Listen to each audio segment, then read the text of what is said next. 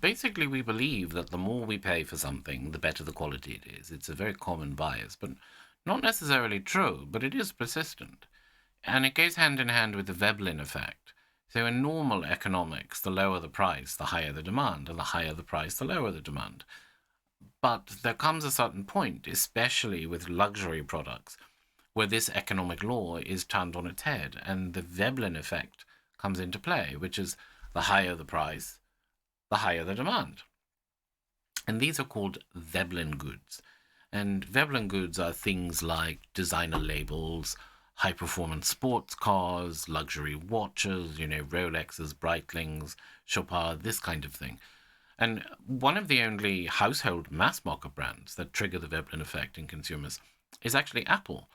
Every year, the iPhone, the iPad, the MacBook goes up in price, and every year the demand for those products increases. So that's the Veblen effect.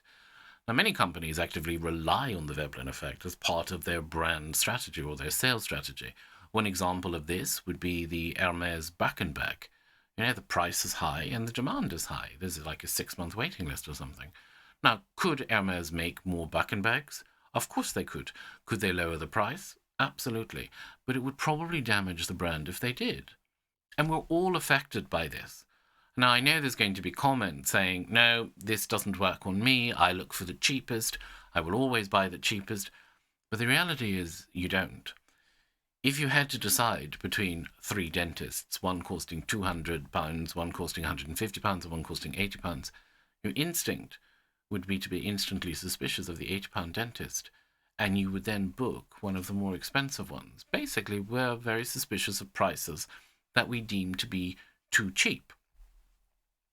So you would automatically, for self-reassurance, because you will think, oh, well, the £80 dentist must be rubbish, or they must not be very good at their job, or they must have bad reviews. There must be something wrong that they're so much cheaper than the other two.